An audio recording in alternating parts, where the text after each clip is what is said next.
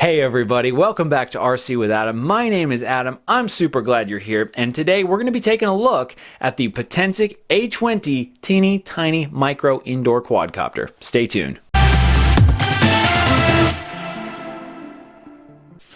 First of all, I just want to let you know that this was provided to me by Potensic, so thank you, Potensic, for review and testing, and that is what we gonna do right now. So it comes in this little box, a cute little box. Apparently it comes in different colors, which is pretty cool. And in that box, well, there's not much right now because I took it all out, and it has a nice little manual and some spare propellers. And I just remembered that I can't stand it when people do reviews and they talk about all the accessories before they actually get to things. So let's get rid of that, and here it is. Here's the quadcopter. Woo! Also comes with a charger, by the way. It does come with a little charger, and I like that. That is one of the things that I like about this little guy, is that the battery is built in, and we'll talk about more things that I like about it, but I just want to give you a nice little close-up of this thing. These propellers are teeny tiny. Like, I'm not quite sure if you can capture how small they are. Let me get, here's a little quarter, a little 25-cent piece. Look at that. Look how small they are. They're so small, and it's really neat, and it's really fun, and this thing is nice and lightweight, so it does take a crash pretty good. Crash, what the heck is that? And it's just a lot of fun to fly around. It has a little LED in the front, a little white LED in the front, and a little red LED in the back right there, and then it has a little on-off button and our little charging port. And this this is a little USB charger, and you just plug it right in there. The battery, of course, doesn't last that long because, you know, it's just a little tiny little battery in here. But I like that it's just simple enough. You just plug it into the USB charger and let it charge while you go do something else. I don't have any of the specs on the actual motors or anything like that, but I mean, with something like this, it's not even that big of a deal. Now, let me just show you this little guy. This is the transmitter. Very small, very cute. It actually does fit your hands, you know, pretty well. I have pretty large hands, and it feels fine. The gimbals are pretty stiff, so it is a little tricky to get like good fine kind of movements, and then also they're very short, so you don't have as much of a sort of a lever arm on the top here, but you know, you can get the hang of it, and it's just kind of good practice. And then here we have the auto takeoff and auto land button, and there it goes. So you just press the landing button, and then it will come right down, which actually works quite well.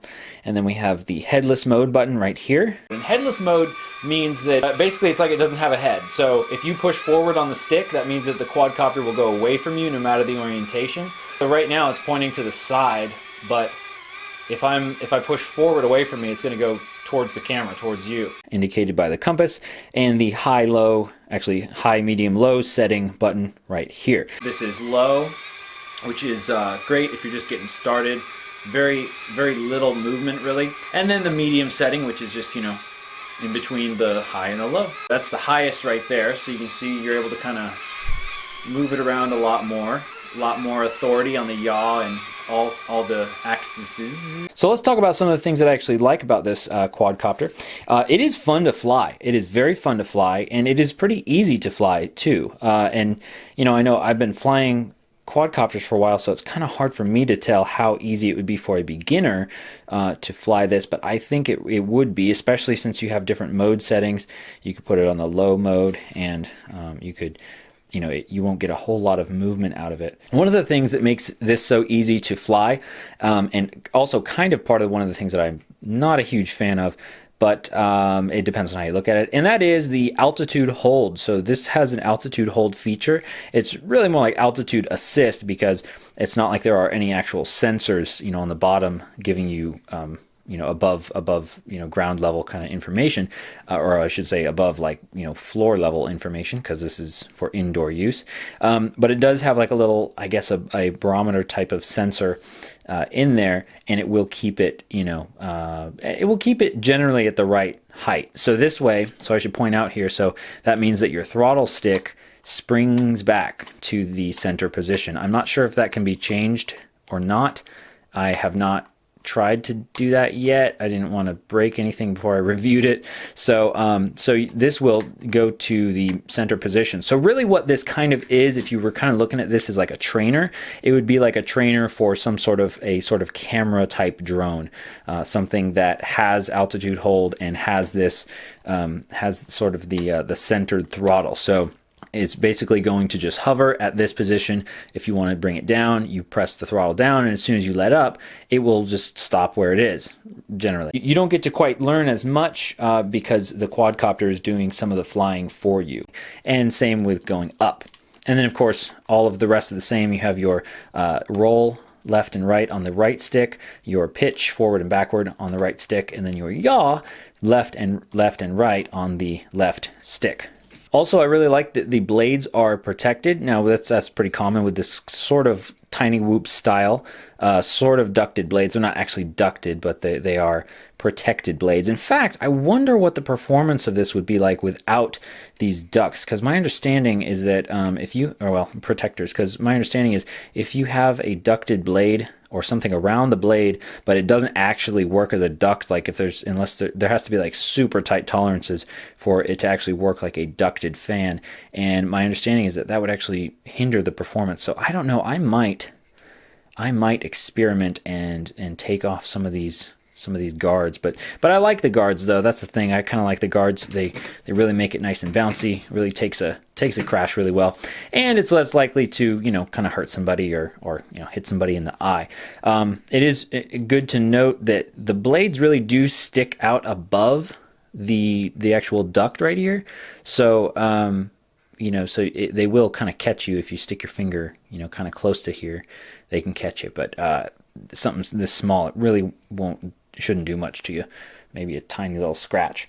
Also, I really like that the transmitter is a small size, even though it does make it a little, and it's a little not the most ergonomic, but I really like that it's small because it matches the quadcopter, and it's just nice. It's good for if you want to take this with you somewhere.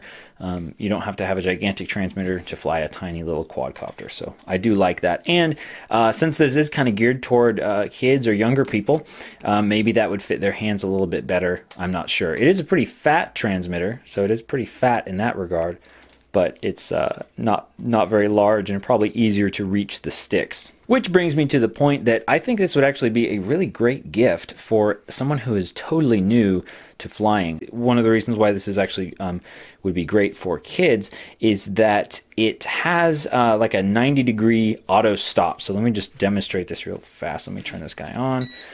Okay, and then we'll get so there we go. And then so you can see it's on, and then if I tilt this like that to about 90 degrees, it will shut off, which I like, because then you don't run into the situation where it's upside down and spazzing out, and then it's like, or maybe it's like upside down in someone's hair, and then it's it's just going and going because it's trying to get back to level. So I do like that. So you're not going to do any like flips or rolls or anything like that with this little quadcopter, but I really like that feature because that way just you fall over and you hit a wall and it'll just shut off on you.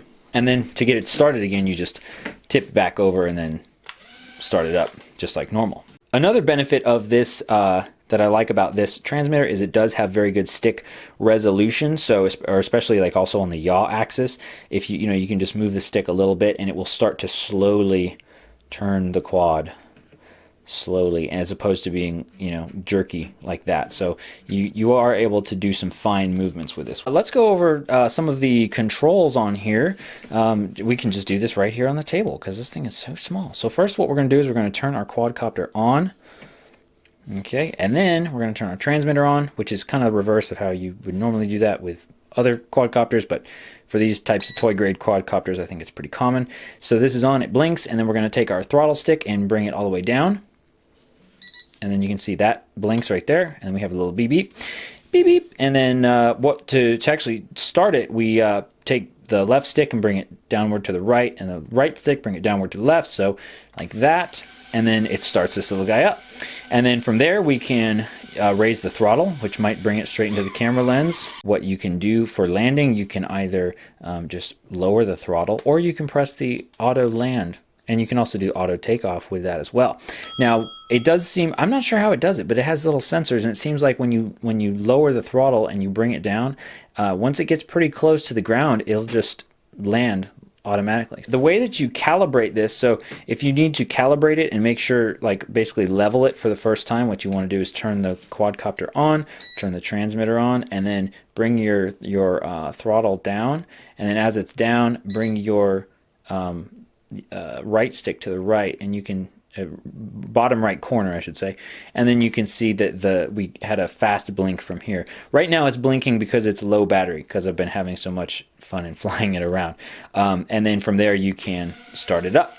Well, that about does it. This really, to sum it up, I actually really like this thing. I really would love to try out the FPV version, and I'm thinking about taking a little FPV, VTX, all-in-one little guy here, and just sticking it on top, and then maybe like wiring it into the battery.